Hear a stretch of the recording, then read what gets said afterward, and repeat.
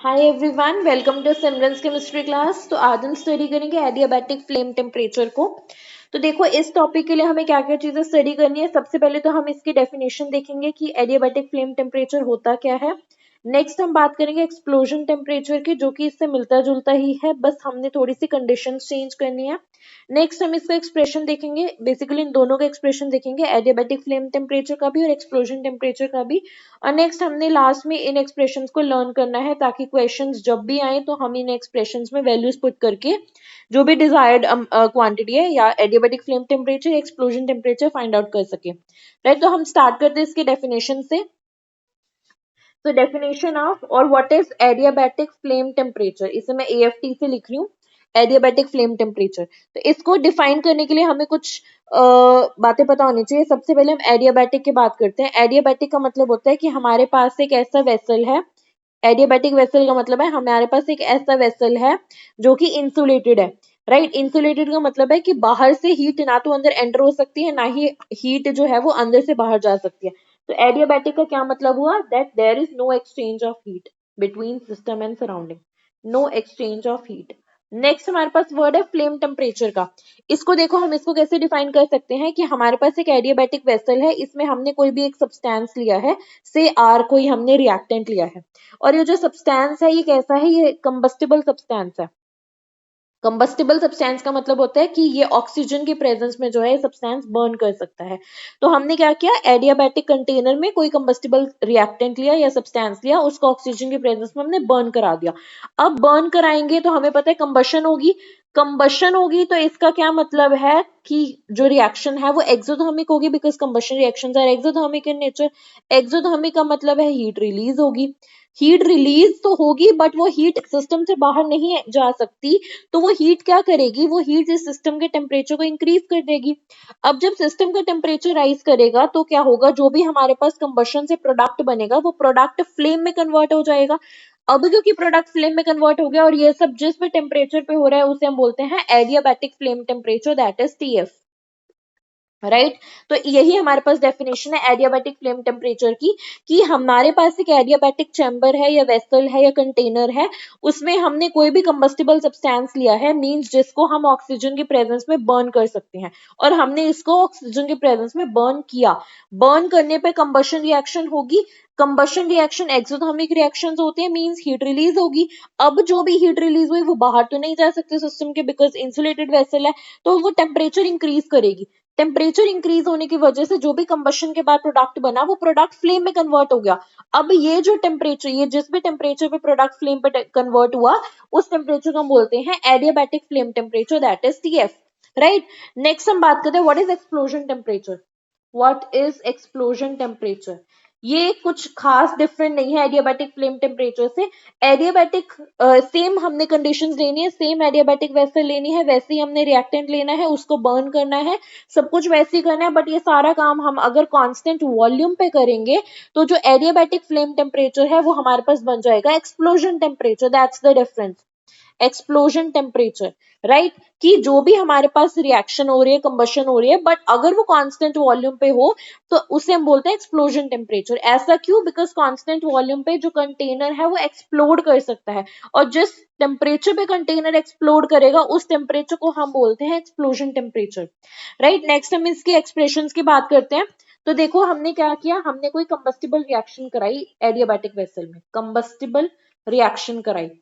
Combustible reactions हमारे पास जो होती है वो एक्सोथर्मिक रिएक्शंस होती हैं, एक्सोथर्मिक रिएक्शंस होते हैं। तो ध्यान से देखना, हमारे पास कोई भी रिएक्टेंट है, हमने उस रिएक्टेंट को क्या किया, उसको हमने प्रोडक्ट में कन्वर्ट किया, किसकी प्रेजेंस में, ऑक्सीजन के प्रेजेंस में हमने इस रिएक्टेंट को बर्न किया, कंबशन किया, और क्या हुआ, हीट रिलीज हुई, हीट रिलीज हुई। देखो, हमारे पास ना रिएक्टेंट सपोज टेम्परेचर T0 पे था और प्रेशर P पे था। राइट, अब जब हमने इसको बर्न किया ऑक्सीजन के प्रेजेंस में, प्रोडक्ट बना, अभी वो जो है वो सेम टेम्परेचर और प्रेशर पे है। तो इस स्टेप में जो हीट रिलीज होगी, जो एंथैल्पी चेंज होगी, उसे हम बोलेंगे डेल्टा H T0, बिकॉज ये T0 टेम्परेचर पे हो रही है और ये होगी नेगेटिव। नेक्स्ट स्टेप में क्या होगा, जो ये प्रोडक्ट होगा हीट रिलीज होने की वजह से इस प्रोडक्ट का जो टेम्परेचर है वो क्या होगा, वो बढ़ जाएगा। प्रोडक्ट का टेम्परेचर बढ़ जाएगा मींस ये प्रोडक्ट जो है वो फ्लेम में कन्वर्ट हो चुके हैं। तो इस स्टेप में जो डेल्टा एच होगा उसे हम डेल्टा एच टू बोलेंगे, राइट। और हमें पता है देखो डेल्टा एच जो होता है वो होता है एनसीपीडीटी, राइट। बिकॉज क्या हो रहा है, ये सारा प्रोसेस कांस्टेंट प्रेशर पे हो रहा है। हम देख सकते हैं यहाँ पे प्रेशर हर जगह प्रोडक्ट का रिएक्टेंट का पी ही है, तो कांस्टेंट प्रेशर पे हो रहा है, तो डेल्टा एच हमारे पास होता है एनसीपीडीटी। अगर हम 1 मोल रिएक्टेंट की बात करें तो delta H will be C P D T, right. हम अगर 1 मोल प्रोडक्ट बना है तो डेल्टा एच इज सीपीडीटी। हम इस स्टेप को देख रहे हैं, हमने इस सेकंड स्टेप के लिए डेल्टा एच की वैल्यू लिखनी है, तो यहाँ पे जो सीपी होगा वो सीपी प्रोडक्ट का होगा, बिकॉज यहाँ पे सिर्फ सेकंड स्टेप में सिर्फ प्रोडक्ट से इन्वॉल्व है।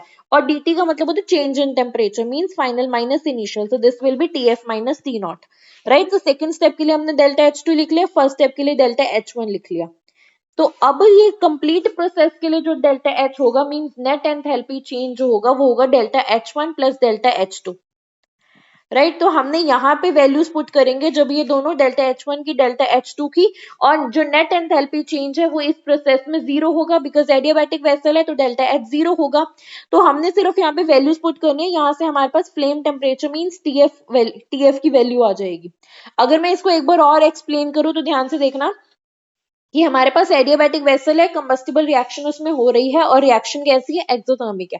तो फर्स्ट स्टेप क्या होगा, देखो रिएक्टेंट जो है वो कंबशन करके प्रोडक्ट में कन्वर्ट हो गया, हीट रिलीज हुई, बट पहले जो है वो जिस टेम्परेचर पे रिएक्टेंट था प्रोडक्ट भी उसी टेम्परेचर पे रहेगा। अब इस हीट की वजह से प्रोडक्ट का जो टेम्परेचर है वो बढ़ जाएगा, वो फ्लेम टेम्परेचर मींस प्रोडक्ट जो है वो फ्लेम में कन्वर्ट हो गया और टेम्परेचर हो गया टीएफ, राइट। बट ये पूरा प्रोसेस जो है वो कांस्टेंट प्रेशर पे हो रहा है। तो फर्स्ट स्टेप में जो डेल्टा एच होगा, डेल्टा एच वन, वो डेल्टा एच टी नॉट होगा, which is negative because combustion हो रही है, हीट लार्ज अमाउंट में हीट रिलीज हो रही है। नेक्स्ट में क्या हो रहा है, नेक्स्ट में जो एंथैल्पी चेंज होगा वो हम डिफाइन कर सकते हैं बाय एनसीपीडीटी। एन यहाँ पे अगर हम 1 मोल ऑफ प्रोडक्ट की बात करें तो जो सीपी होगा, सिंस इस प्रोसेस में इस सेकंड स्टेप में सिर्फ प्रोडक्ट्स इन्वॉल्व है, तो हमारे पास आएगा CP of products TF minus T not. अब हमने क्या बोला, नेट मींस पूरे प्रोसेस के लिए डेल्टा एच जो होगा, delta H net will be delta H one plus delta H two. Net enthalpy change 0 होगा because combustion, because adiabatic vessel है, तो 0 is equals to delta H one plus delta H two, where delta h1 is delta h of t naught, जो obviously negative है, means इसकी value negative होगी, plus यहाँ पे हमारे पास वैल्यू होगी cp of products tf minus T naught, this is equals to 0। हमें बस यहाँ से tf की वैल्यू निकालनी है थोड़ा सा रीअरेंज करके, तो cp of products tf minus T naught will be equal to minus delta H T naught, right. Next हमने यहाँ से tf माइनस टी नॉट को एक तरफ रखा और यहाँ से हमारे पास minus delta H T not upon cp of products आया। देखो delta H T not already negative है, इसके आगे सिर्फ हमने नेगेटिव साइन लगाया, this is already negative, so tf will be equal to T not minus delta H T not upon cp of products. तो ये हमारे पास एक्सप्रेशन आ गया किसका, टीएफ का। अब देखो हमने क्या बोला, हमें पता है टीएफ जो है फ्लेम टेम्परेचर है, वो ऑब्वियसली रिएक्टेंट के टेम्परेचर से ज्यादा होगा। यहाँ पे देखो, यहाँ पे टी नॉट में से माइनस हो रहा है, बट मैंने अब क्या बोला है कि डेल्टा एच जो है वो नेगेटिव होगा बिकॉज एक्सोथर्मिक प्रोसेस है कंबशन, तो ये जो पूरा एक्सप्रेशन आएगा वो पॉजिटिव आएगा, तो टीएफ जो होगा वो टी नॉट से बड़ा हो जाएगा। तो ये एक्सप्रेशन हमें याद रखना है बिकॉज यहाँ से डायरेक्ट क्वेश्चन पूछे जा सकते हैं, TF is equals to T not minus delta H T not upon CP of products. अभी हम देखेंगे सीपी ऑफ प्रोडक्ट्स होते क्या है, बट फॉर नाउ ये एक्सप्रेशन ध्यान रखना। नेक्स्ट हम बात करते हैं एक्सप्लोजन टेम्परेचर की, एक्सप्लोजन टेम्परेचर की। तो देखो एक्सप्लोजन टेम्परेचर कुछ डिफरेंट नहीं है, ये एडियाबैटिक फ्लेम टेम्परेचर ही है बट कांस्टेंट वॉल्यूम पे, सिर्फ हमने एक एक्स्ट्रा कंडीशन इंपोज की है। तो देखो किस तरह से एक्सप्रेशन चेंज होगा, हमें पता है एडियाबैटिक फ्लेम टेम्परेचर होता है T not minus delta H T not upon CP of products, right. Explosion temperature को भी हम टीएफ से रिप्रेजेंट करते हैं, बट कांस्टेंट वॉल्यूम की वजह से क्या होगा, जो डेल्टा एच है वो क्या बन जाएगा, वो डेल्टा यू बन जाएगा, बिकॉज हमें पता है जो डेल्टा एच होता है वो होता है हीट एट कांस्टेंट प्रेशर, और डेल्टा यू जो होता है वो होता है हीट एट कांस्टेंट वॉल्यूम। सो यहाँ पे कांस्टेंट वॉल्यूम पे जो है डेल्टा एच की जगह हमारे पास डेल्टा यू आ जाएगा, बिकॉज जो ये एडियाबैटिक फ्लेम टेम्परेचर है कांस्टेंट प्रेशर पे हम बात कर रहे थे, राइट। तो यहाँ पे हमने सिर्फ डेल्टा एच की जगह डेल्टा यू लिख दिया। अब क्योंकि कांस्टेंट वॉल्यूम पे हो रहा है तो हमने सीपी की जगह सीवी लिख दिया, CV of products, that's it. तो यहाँ से जो टीएफ आएगा ये हमें देगा explosion temperature, explosion temperature, but इस फर्स्ट एक्सप्रेशन से जो टीएफ आएगा वो हमें देगा एडियाबैटिक फ्लेम टेम्परेचर। सिर्फ इतना सा डिफरेंस है कि जो एडियाबैटिक फ्लेम टेम्परेचर पे सब कुछ कांस्टेंट प्रेशर पे हो रहा है, एक्सप्लोजन टेम्परेचर पे सब कुछ कांस्टेंट वॉल्यूम पे हो रहा है, जिसकी वजह से यहाँ पे सीबी इन्वॉल्व है और यहाँ पे सीपी इन्वॉल्व है, राइट।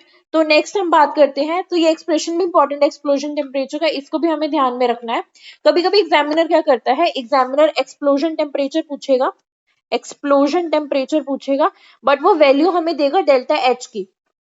तो उस टाइम पे हमें रिलेशन यूज करना है कि delta H is equals to delta U plus delta N G R T, right. इस एक्सप्रेशन से हम डेल्टा यू और डेल्टा एच के बीच में रिलेशन निकाल सकते हैं और एक्सप्लोजन टेम्परेचर पुट करके निकाल सकते हैं, राइट। नेक्स्ट हम बात करते हैं कि हम सीपी ऑफ प्रोडक्ट्स कैसे फाइंड आउट कर सकते हैं या फिर हम सीवी ऑफ प्रोडक्ट्स कैसे फाइंड आउट कर सकते हैं, राइट। तो ये हमें देखना है, इसके लिए हमारे पास ना दो केसेस बनते हैं, how to find CP of products और सीवी ऑफ प्रोडक्ट्स। इसके लिए ना हमारे पास दो केसेस हैं।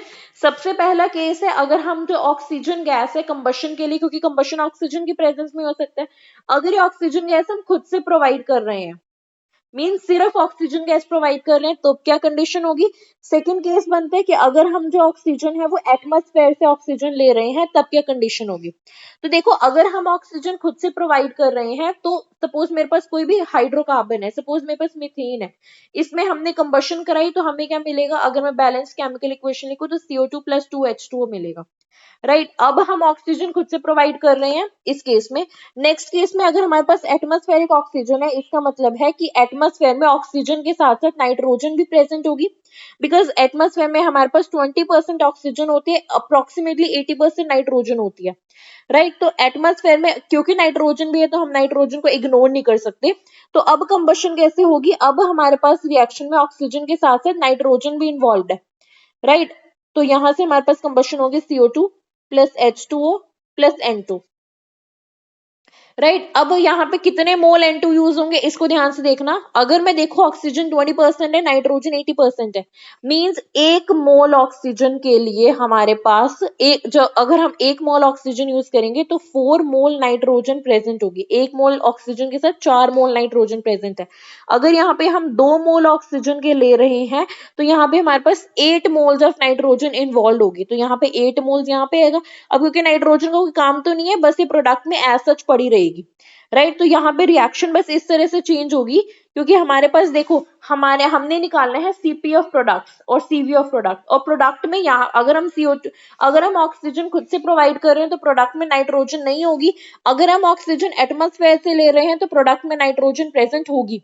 रीजन क्या है, क्योंकि एटमॉस्फेयर में अगर 20% ऑक्सीजन है तो 80% नाइट्रोजन प्रेजेंट है, हम नाइट्रोजन को इग्नोर नहीं कर सकते। बाकी भी गैसेस हैं, बट बाकी गैसेस का अमाउंट बहुत ही ज्यादा नेग्लिजिबल है, राइट। तो ये 8 नाइट्रोजन जो है प्रोडक्ट में पड़ी रहेगी। तो अब हम बात करते हैं सीवी की, सीपी ऑफ प्रोडक्ट्स की, राइट। पहला केस ही लेते हैं, जब हमारे पास ऑक्सीजन हम खुद से प्रोवाइड कर रहे हैं। रिएक्शन एक बार फिर लिखते हैं, मीथेन की कंबशन कराई, CO2 + वाटर मिला। अब इस केस में जो सीपी ऑफ प्रोडक्ट्स है, हमने सिर्फ प्रोडक्ट्स पे फोकस करना है और उनकी स्टोकियोमेट्री पे, राइट। स्टोकियोमेट्री इसकी 1 है, सो 1 सीपी ऑफ CO2 प्लस इसकी स्टोकियोमेट्री है 2 सीपी ऑफ वाटर।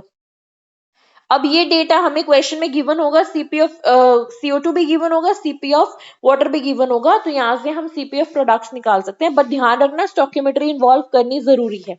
नेक्स्ट, अगर मैं सीवी ऑफ प्रोडक्ट्स की बात करूं तो कोई डिफरेंस नहीं है, बस सीपी की जगह सीवी आ जाएगा, तो यहाँ पे आएगा CV of CO2 + 2 times CV of H2O, right.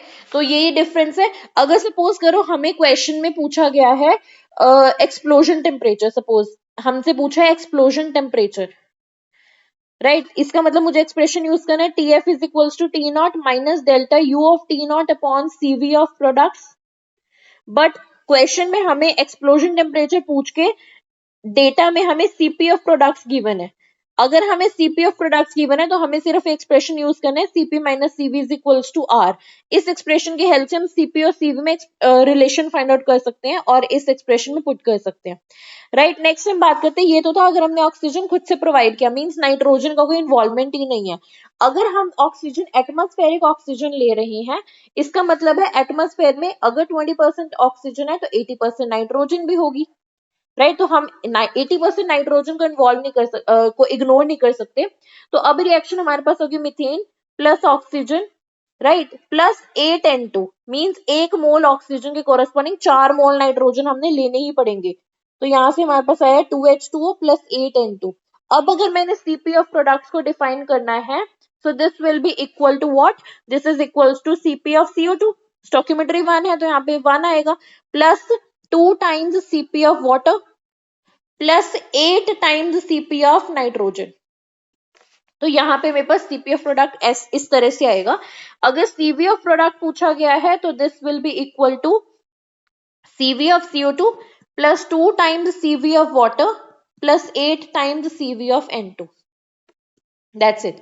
इस तरह से हम CP और CV ऑफ प्रोडक्ट्स निकाल सकते हैं, बट ध्यान रखना प्रोडक्ट पे फोकस करना और उनकी स्टोकियोमेट्री को इग्नोर नहीं करना। और अगर हम एटमॉस्फेरिक ऑक्सीजन ले रहे हैं तो नाइट्रोजन भी इन्वॉल्व होगा। कितना नाइट्रोजन इन्वॉल्व होगा? वो होगा 1 मोल ऑक्सीजन पर 4 मोल नाइट्रोजन इन्वॉल्व होंगे। Right, so this completes our today's topic that is adiabatic flame temperature. अब हम इसको एक बार समराइज करते हैं कि हमें क्या क्या चीजें पता होनी चाहिए। एडियाबैटिक फ्लेम टेम्परेचर, पहली बात तो इसका बेसिक पता होना चाहिए कि हमने एक एडियाबैटिक कंटेनर लिया है, इसमें हमने किसी भी कंबस्टिबल सब्सटेंस को बर्न किया है। बर्न करने के बाद एक्सोथर्मिक रिएक्शन होगी जिससे हीट रिलीज होगी जो कि टेम्परेचर बढ़ाएगी, बिकॉज हीट इस सिस्टम से बाहर नहीं जा सकती। और उस हीट का, उस टेम्परेचर का, फ्लेम टेम्परेचर का एक्सप्रेशन हमने निकाला which is T0 minus delta H T0 upon CP of products, because अगर डेल्टा H है तो CP आएगा, राइट। और यहाँ पे हमें पता है डेल्टा H जो होगा वो नेगेटिव होगा, बिकॉज हमारे पास 2 स्टेप्स होते हैं कि रिएक्टेंट जो है वो प्रोडक्ट में कन्वर्ट हो रहा है, T0 और P प्रेशर है, और यहाँ इसका भी T0 और P प्रेशर है, बट फर्स्ट स्टेप में जो एंथैल्पी है वो नेगेटिव होगी, राइट। नेक्स्ट स्टेप में प्रोडक्ट ही है बट वो फ्लेम में कन्वर्ट हो रहा है, मींस सिर्फ और सिर्फ टेम्परेचर चेंज हो रहा है, सिर्फ ये हमें ध्यान में रखना है। तो हमारे पास ये एक्सप्रेशन आ जाएगा। नेक्स्ट हम बात करते हैं कि CP ऑफ प्रोडक्ट्स कैसे निकाल सकते हैं।